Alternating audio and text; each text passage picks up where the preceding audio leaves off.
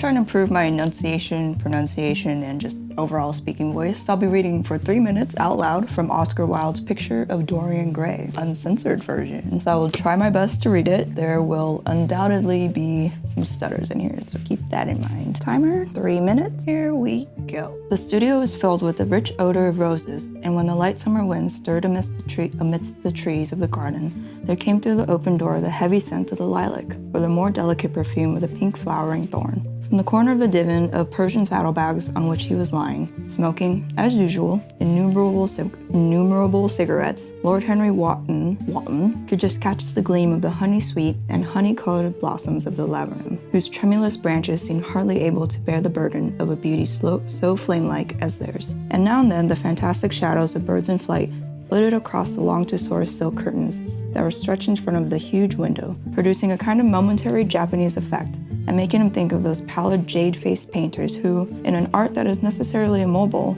seek to convey the sense of swiftness and motion. The sullen murmur of the bees shouldering their way through the long unmown grass, or circling with monotonous insistence round the black crocketed spires of the early June hollyhocks, seemed to make the stillness more oppressive, and the dim roar of London was like the burdened note of a distant organ. In the center of the room, clamped to an upright easel, stood the full-length portrait of a young man of extraordinary personal beauty, and in front of it, some little distance away, was sitting the artist himself, Basil Hallward, whose sudden disappearance some years ago caused, at the time, such public excitement and gave rise to so many strange conjectures. As he looked at the gracious and comely form he had so skillfully mirrored in his art, a smile of pleasure passed across his face and seemed about to linger there.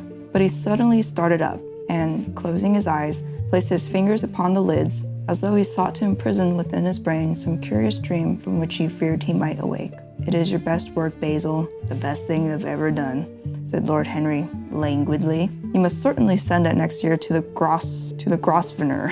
The Academy is too large and too vulgar. The Grosvenor is the only place." "I don't think I will send it anywhere," he answered, tossing his head back in that odd way that used to make his friends laugh at him at Oxford. "No, I won't send it anywhere."